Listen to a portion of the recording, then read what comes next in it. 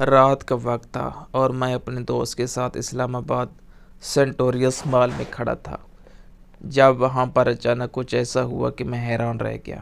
مجھے دور سے بابا بابا کی آواز آ رہی تھی۔ مجھے لگا کہ کوئی بچی ہے جو اپنے باپ کو بلا رہی ہے، پر تھوڑی دیر کے بعد میں نے محسوس کیا کہ کوئی بچی بھاگتی ہوئی میرے پاس آئی ہے اور آ کر میرے گلے لگ گئی ہے۔ میں حیران رہ گیا۔ جب میں نے پلٹ کر دیکھا تو میرے قدموں تلے سے زمین نکل گئی، کیونکہ وہ کوئی اور نہیں بلکہ میری بیٹی تھی۔ میرے ساتھ جو عورت کھڑی تھی اس نے کہا کہ یہ کون ہے؟ چھوڑو اس کو، تم نے کیوں اس کو پکڑ لیا؟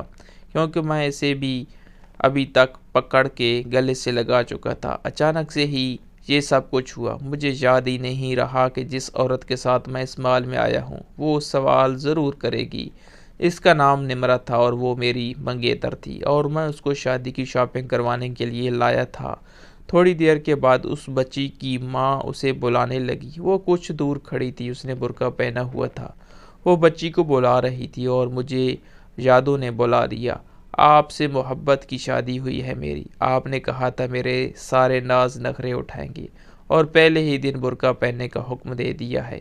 میں بے پردہ عورت نہیں ہوں۔ میں چادر کے ساتھ نقاب کرتی ہوں، حجاب بھی پہنتی ہوں، پر جتنا بڑا برقع مجھ سے نہیں پہنا جائے گا۔ میری بیوی کا نام میلا تھا۔ میلا کا مطلب محبت اور واقعی سر سے لے کر پاؤں تک محبت ہی تھی۔ میں ایک پٹھان تھا اور پشاور میں رہتا تھا۔ وہ پنجاب سے آئی تھی۔ ہم دونوں کی بات فیس بک پہ ہوئی تھی۔ یہ بھی بہت بڑی بات تھی کہ ہم نے ایک دوسرے کو پا لیا۔ کہتے ہیں محبت میں کامیابی بہادر مرد اور جنونی عورت کی ہوتی ہے۔ میں بہادر تھا جو اس کے پیچھے اپنے صوبے کی حد کراس کر کے چلا گیا۔ وہ بھی جنونی تھی جو ایک بالکل ہی الگ کلچر اور ماحول میں آنے کے لیے راضی ہو گئی۔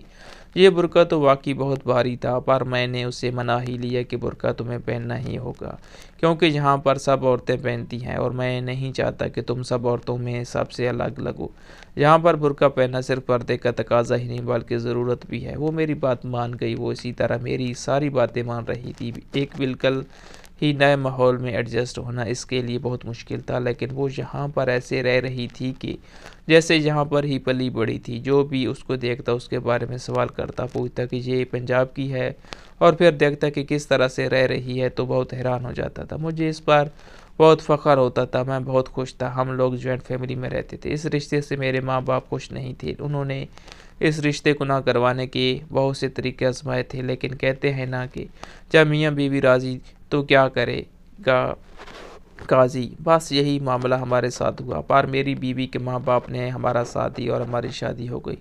اللہ تعالیٰ نے شادی کے پہلے ہی سال میں پیاری سی بیٹی بھی دے دی، پر تب ہی ہماری لڑائیاں عروج پر تھی۔ ایک دوسرے سے جھگڑا کرتے تھے۔ گھر والوں کی وجہ سے ہی ہمیشہ جھگڑا ہوتا۔ میں کمرے میں پاؤں رکھتا تو میری ماں مجھے میری بیوی کے بارے میں کہنا شروع کر دیتی کہ آج اس نے کام نہیں کیا، آج یہ نہیں کیا، آج وہ نہیں کیا۔ میں جب گھر آتا تو وہ کمرے میں ہی بیٹھی ہوتی تھی۔ میں جب مجھے دیکھ کر میرا استقبال کرتی، میرے قریب آتی، مجھ سے پوچھتی کہ دن کیسا رہا۔ ایک دن میں نے اسے کہا کہ میری آنکھوں میں کوئی بٹن نہیں۔ میں دیکھتا ہوں کہ میں جب بھی آتا ہوں، جس ٹائم بھی آتا ہوں، تم کمرے میں ہی بیٹھی ہوتی ہو۔ تم کام کس ٹائم کرتی ہو؟ تبھی امی کو تم سے شکایتیں ہوتی ہیں۔ میری بیوی خاموش ہو گئی اور اس نے کہا کہ ٹھیک ہے، آئندہ شکایت نہیں ہوگی۔ دراصل وہ سارے کام ختم کر کے اسی لیے جب کمرے میں بیٹھتی تھی تاکہ مجھے وقت دے سکے۔ اگر چاہتی تو میرے سامنے بھی کام کر سکتی تھی تاکہ جتا سکے کہ میں تو سارے کام کرتی ہوں اور ہماری اولاد ہو گئی، لیکن پھر بھی اس کی محبت میں کمی نہ آئی۔ وہ مجھے میرا وقت دیتی تھی، جبکہ کہتے ہیں کہ جب اولاد ہو جاتی ہے تو بیوی شوہر کو وقت نہیں دے پاتی ہے۔ میری بیوی بہت اچھا کھانا بناتی تھی، گھر بیٹھ کر آن لائن کام بھی کرتی تھی، اچھے بھلے پیسے بھی کماتی تھی، گھر کو بھی سنبھالتی تھی، بچی کو بھی سنبھالتی تھی، وہ اسے محبت بھی کرتی تھی، لیکن پھر بھی میرے دل میں اس کے لیے زہر بڑھتا جا رہا تھا، اور یہ سب کچھ میرے گھر والوں کی وجہ سے ہو رہا تھا۔ اس گھر میں نہ تو ہمیں کہیں آ جا سکتے تھے اور نہ ہی گھر میں ٹی وی لگانے کی اجازت تھی، پھر بھی وہ شکوہ نہیں کرتی تھی۔ ایک دو دفعہ اس نے مذاق میں بھی کہہ دیا کہ میں نے اسے ڈانٹ دیا کہ کہیں یہ بگڑ نہ جائے۔ اپنے کلچر، اپنے کھانوں سے، اپنے دوستوں سے، اپنے گھر والوں سے سب سے دور تھی، لیکن پھر بھی اف تک نہیں کرتی تھی۔ میری ایک دکھتی رگ تھی کہ میری بیوی مجھ سے پوچھے بغیر کہیں بھی نہ جائے۔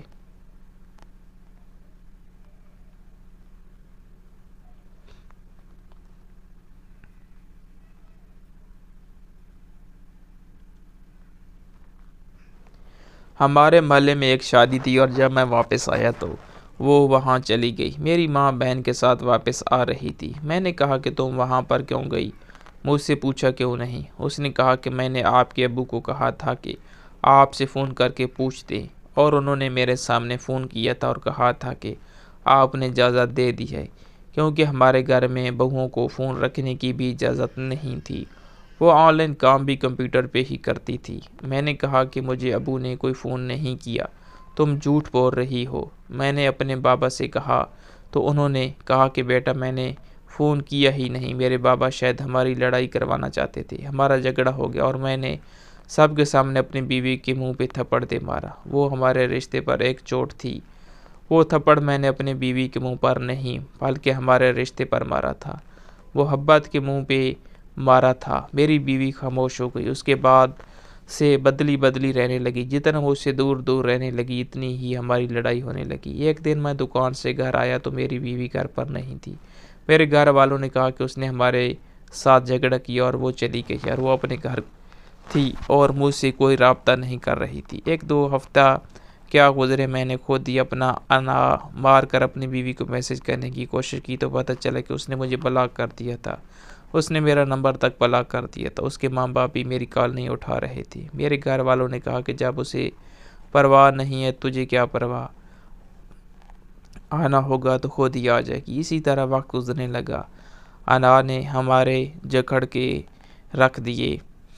میری بیوی تو ایسی غائب ہوئی کہ مڑ کے اس نے میری طرف دیکھا تک نہیں۔ اس طرح 1.5 سال کا عرصہ گزر گیا اور میرے گھر والوں نے کہا کہ اب تم دوسری شادی کر لینی چاہیے۔ میں نے کہا کہ میں دوسری شادی کیسے کر لوں؟ انہوں نے کہا کہ کر لو، جب اس کو تمہارا خیال نہیں تو پھر تمہیں کیا خیال ہے؟ اور وہ جب تک تمہارے نکاح میں ہے بیٹھی رہے، طلاق لینی ہوگی تو لینے کے لیے آ جائے گی۔ میں نے کہا کہ میں اسے کبھی طلاق نہیں دوں گا تو وہ کسی اور سے شادی کر لے گی۔ میں ایسا نہیں چاہتا۔ میرے گھر والوں نے میرے لیے جس لڑکی کو تلاش کیا تھا اس کا نام نمرہ تھا۔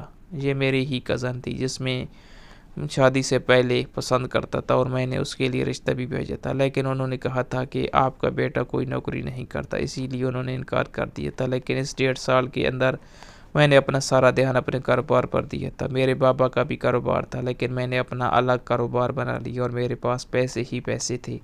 میں نے ہمیشہ اپنی بیوی کے ساتھ یہ خواب دیکھا تھا کہ ہم اسلام آباد میں گھر بنائیں گے، لیکن ہم لوگ ایک چھوٹے سے علاقے میں رہتے تھے اور یہ خواب ہماری زندگی میں تو پورا نہ ہوا۔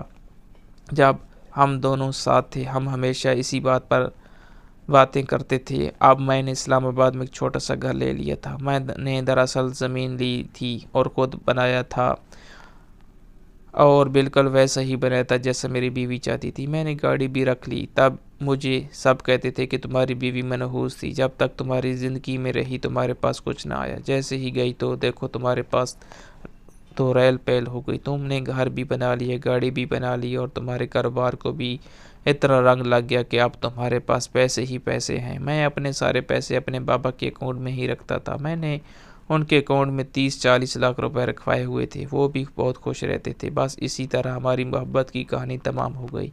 لیکن آج جب میں نے اپنی بیوی کو مال میں دیکھا تو حیران رہ گیا، کیونکہ جو میرے پاس بھاگ کر آئی تھی وہ میری بچی تھی۔ جب ہم الگ ہوئے تو میری بچی 1 سال کی تھی، مجھے پہچانتی تھی، لیکن میری بیوی کی گود میں ایک اور بچہ بھی تھا اور ایک بچہ اس نے کاٹ میں رکھا ہوا تھا جو اس نے ہاتھ میں پکڑی ہوئی تھی۔ میں حیران رہ گیا کہ یہ 2 بچے کس کے ہیں جو شکل سے بیٹے لگ رہے تھے۔ میری بیوی نے میری بیٹی کو غصے سے اپنے پاس بلایا، وہ اتنی زور سے بولی کہ سب لوگوں نے اس کی طرف دیکھا۔ اس نے کہا کہ میمونہ ادھر آؤ اور بیٹی کا ہاتھ پکڑ کے وہاں سے جانے لگی۔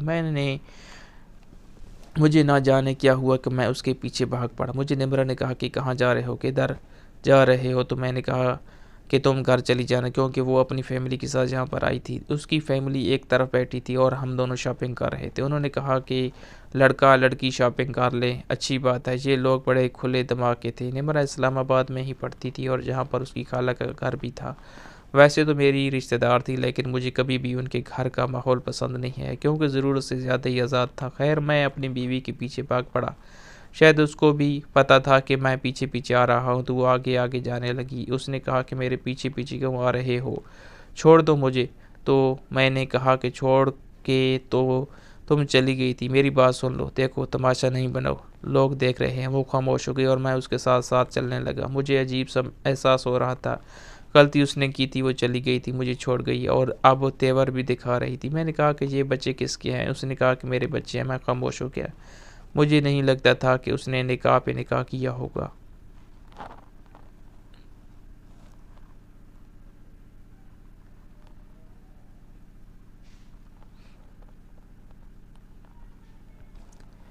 پر یہ بچے کس کے تھے؟ میں نے اسے کہا کہ میں تمہیں گھر چھوڑ دیتا ہوں، میرے پاس گاڑی ہے۔ میں اسے یہ کہنا چاہتا تھا، بتانا چاہتا تھا کہ میں نے گاڑی لے لی ہے۔ اس نے کہا کہ میرے پاس بھی گاڑی ہے اور اب تک ہم لوگ باہر آ چکے تھے۔ اس نے چابی کے ساتھ لگا ہوا ایک بٹن دبایا تو جو گاڑی سامنے کھڑی تھی اس نے سارن کی آواز نکالی۔ میں حیران رہ گیا، اس کے پاس تو میرے سے زیادہ اچھی گاڑی تھی۔ میں نے کہا کہ پھر لاؤ چابی مجھے دو، میں چلاتا ہوں۔ تم یہاں پر کسی کے گھر آئی ہوئی ہو؟ مجھے پتا تھا کہ اس کا کوئی بھی رشتہ دار اسلام آباد میں نہیں رہتا تھا۔ اس نے کہا کسی کے گھر آنے کی کیا ضرورت ہے، میں اپنے گھر میں رہتی ہوں۔ میں نے کہا کہ کہاں ہے تمہارا گھر؟ تو اس نے اس علاقے کا نام بتایا۔ وہ علاقہ بہت ہی اچھا تھا۔ میں اسے اس طرف لے گیا۔ جب ہم علاقے میں چلے گئے تو پھر اس نے مجھے راستہ دکھایا۔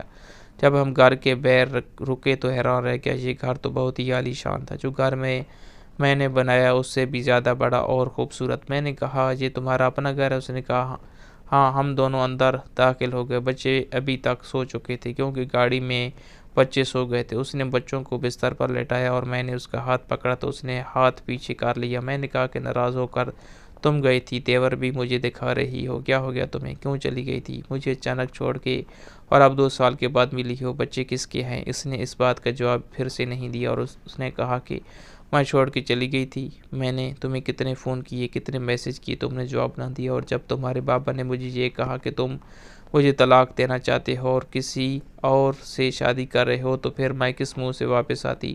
میں نے کہا کہ میرے بابا نے تمہیں کب کہا؟ اور وہ بھی تمہیں فون کرتے رہے تھے، وہ تو ہم دونوں کو ملانا چاہتے تھے۔ اس نے کہا کہ یہ کب ہوا؟ میں حیران تھا کہ یہ کیسی باتیں کر رہی تھی۔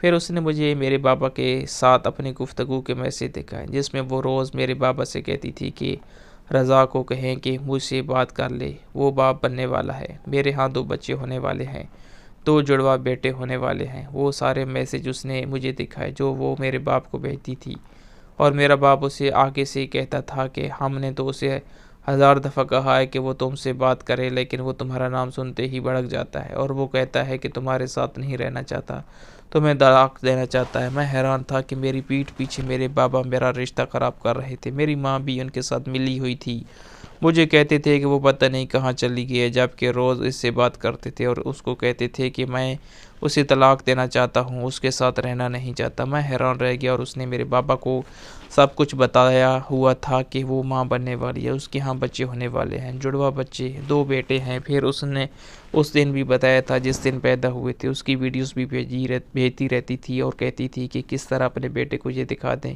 تاکہ اس کا دل پگھل جائے اور وہ مجھے لینے کے لیے آ جائے، لیکن میرے بابا نے مجھے آج تک ایسی کوئی تصویر نہ دکھائی۔ مجھے تو یہ تک نہ بتایا کہ جب میری بیوی اس گھر سے گئی تو وہ ماں بننے والی تھی اور یہ دونوں بیٹے میرے تھے۔ مجھے ہمیشہ سے ہی جڑوا بچوں کی بہت خواہش تھی اور وہ بھی بیٹے۔ میں تو خوشی سے نہال ہو گیا، میں نے بچوں کو گلے سے لگایا اور رونا شروع کر دیا۔ میری بیوی نے کہا کہ اب یہ ڈرامے کیوں کر رہے ہو؟ اس لڑکی کے ساتھ شادی کرنے والے تھے نا؟ میں نے کہا کہ نہیں کروں گا شادی، کبھی نہیں کروں گا۔ تم میری بیوی ہو، یہ میرے بچے، میری فیملی ہے۔ میرے ساتھ بہت بڑا دھوکہ ہوا ہے، میرے ماں باپ نے ہی سب کچھ کیا۔ میں نے اپنی بیوی کو سمجھانے کی کوشش کی تو وہ سمجھ گئی، پر اس نے کہا کہ اب تم کیا کرو گی؟ اپنے ماں باپ کا ساتھ دو گی یا میرا؟ کیونکہ میں تو واپس نہیں آؤں گی تمہارے ساتھ، اس گھر میں نہیں رہوں گی۔ میں نے اسے کہا کہ میرا یہاں پہ بھی گھر ہے، ہم دونوں وہاں پہ رہیں گی، میں سب کچھ ٹھیک کر دوں گا، بس تم مجھ پر بھروسہ کرو۔ کیا تم نے مجھے معاف کر دیا؟ کیا تم میرے ساتھ چلو گی؟ اس نے میری طرف دیکھا نہیں، لیکن ہاں میں سر ہلایا۔ مجھے ایسا لگا کہ جیسے ساری کائنات مجھ سے روٹ گئی تھی اور آج ساری کائنات پھر سے مان گئی ہے۔ میں نے کہا کہ بس مجھے تھوڑا سا وقت دے دو، میں 2 ہفتے بعد تمہیں اور تمہارے بچوں کو لینے کے لیے آؤں گا۔ میں اپنے گھر آیا تو گھر نمرا اور اس کی فیملی پہلے سے ہی موجود تھی۔ میرے ہاتھ میں ایک سوٹ کیس تھا، میں نے نمرا کے سامنے وہ سوٹ کیس رکھ دیا۔ اس کی ماں بڑی ہی لالچی عورت تھی، انہوں نے پہلے مجھے رشتہ نہ دیا کیونکہ میرے پاس نوکری نہیں تھی، میں اچھی کمائی نہیں کرتا تھا، لیکن اب جب سے میں نے گھر اور گاڑی بنائی تھی، وہ اپنی کنواری بیٹی کو میرے ساتھ بیاہنے پر بھی تیار تھی، جبکہ میری ایک بیوی بھی تھی اور میں 3 بچوں کا باپ بھی تھا۔ میں نے ان کو چیزیں دکھانی شروع کر دی۔ انہوں نے کہا کہ یہ چیزیں کس کے لیے ہیں؟ میں نے کہا کہ میری بیوی کے لیے ہیں۔ تو نمرہ نے شرمانا شروع کر دیا۔ اس کے اندر 7-8 سوٹ تھے، ایک سوٹ بھی 15 اور 20,000 کا تھا، اور سونے کے 2 سیٹ تھے، اور باقی دیگر لوازمات بھی تھے۔ میری ماں بھی مسکرانے لگی۔ اس نے کہا کہ اچھا یہ شادی کا شوگن خرید کے لایا، دیکھو آج کل تو بچے خود ہی لے لیتے ہیں۔ میری ماں نے مجھے کمرے میں بلایا، میرا باپ بھی وہاں موجود تھا۔ انہوں نے کہا کہ یہ کیا حرکت ہے، ان کے سامنے اتنی ساری چیزیں لانے کی کیا ضرورت تھی؟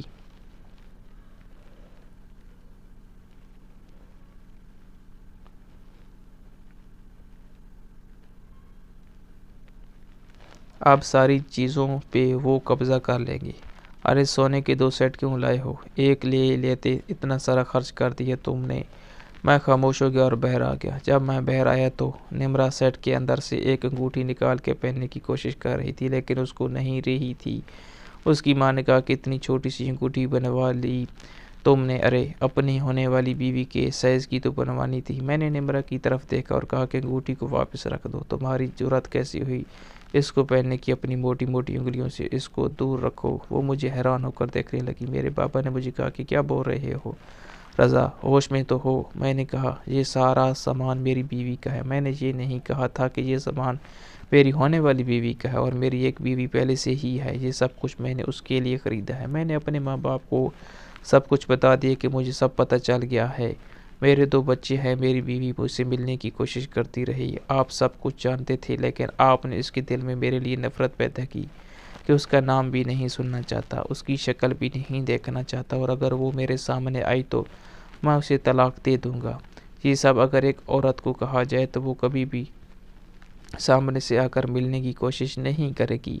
آپ لوگوں نے میرا گھر برباد کر دیا، اپنے ہی بیٹے کا گھر برباد کرنے کی کوشش کی، صرف اس لیے کیونکہ میں اسے اپنی پسند سے لایا تھا اور وہ آپ لوگوں کے کلچر کی نہیں تھی، اور میری اسے شادی کروانا چاہتے ہیں۔ میں نے نمرہ کی طرف دیکھا اور کہا کہ تم ایک گولڈ ڈگر لڑکی ہو۔ جب میرے پاس کچھ نہیں تھا تو تم نے مجھے ٹھکرا دیا تھا، جبکہ میں تمہیں پسند کرتا تھا، اور اب جب میرے پاس سب کچھ ہے تو میرے پیچھے پیچھے چلی آئی ہو۔ یہ سب کچھ تو میری بیوی کی قسمت سے مجھے ملا ہے۔ جب کچھ نہیں تھا میرے پاس تو وہ میرے لیے موجود رہی۔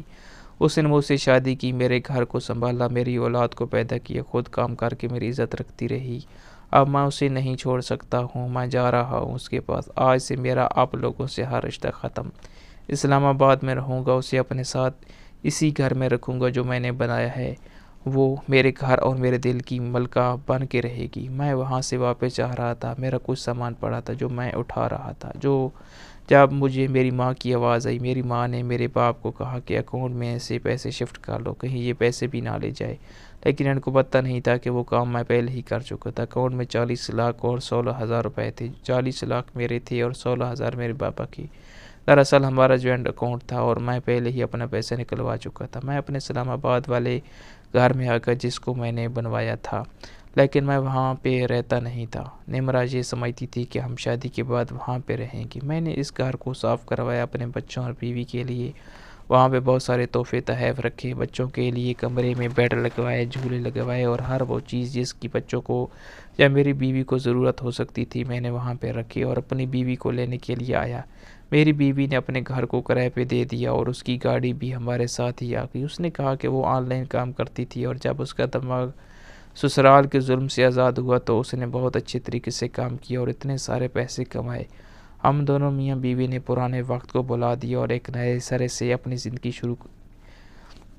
میرے 2 بیٹے ہیں، ایک پیاری سی بیٹی اور میری ایک مخلص بیوی بھی ہے۔ وہ مجھے چھوڑ کر نہیں گئی تھی۔ میرے گھر والوں نے اسے زبردستی گھر سے نکالا تھا اور مجھے کہا تھا کہ وہ خود ہی اٹھ کے چلی گئی ہے۔ اگر میاں بیوی کے بیچ کوئی غلط فہمی پیدا کرنے والا آ جائے تو رشتے بہت جلد خراب ہو جاتا ہے، لیکن اللہ تعالیٰ کا شکر ہے کہ ہم لوگ پھر سے مل گئے، اور اب ہماری محبت پہلے سے بھی زیادہ کہیں گہری ہے۔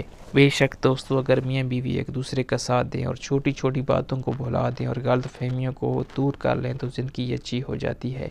کیسی لگی آج کی کہانی کمنٹ باکس میں ضرور بتائیں۔ اللہ حافظ۔